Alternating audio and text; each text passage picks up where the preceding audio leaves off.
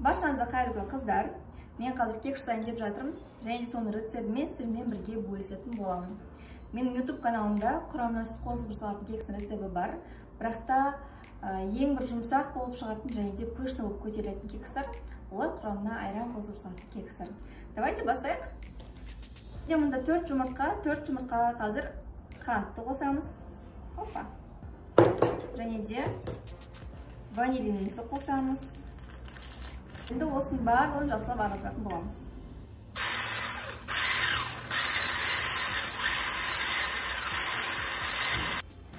Қатты миксерлеудің қажеті жоқ, тек қана барлығы біріккенге дейін және көпіршілгенге дейін араласуға жеткілікті.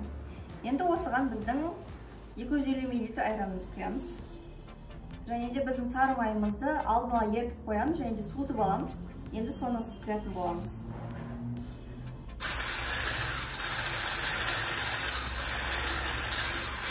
Енді біздің сұйық заттарымыздың үстінен құрғақ заттарымызды қосатын боламыз. Менде мұнда қопсытқыш және де ұн бар.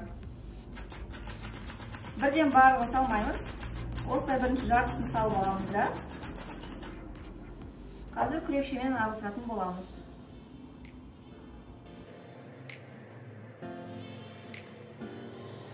Енді қалған бөлігін қосамыз.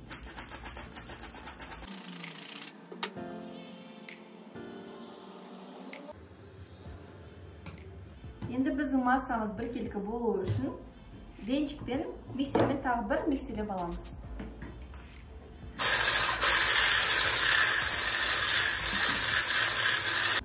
Біздің қамырымыз дайын, ол осындай болып шығуы қажет.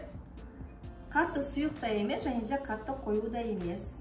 Енді біздің формочкаларымызды дайындап аламыз. Мен осындай силиконды форманы қолданамын. Бәріне бір қасықтан салып шығамыз.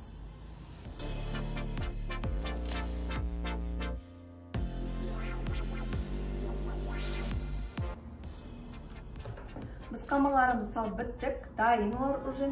Дәл осы кезеңде беттеріне қалаған өздеріңіз начинкаларын салуға болады. Жүзім немесе шоколадты салуға болады. Бірақ енді мен қыздар мұндайды қатты ұнатпайды, сол себепті мен еш нәрсе қоспай өзім ғана пісіретін боламын. 180 градус қызып тұрған пеште 20-25 минут шамасында пісіретін боламыз.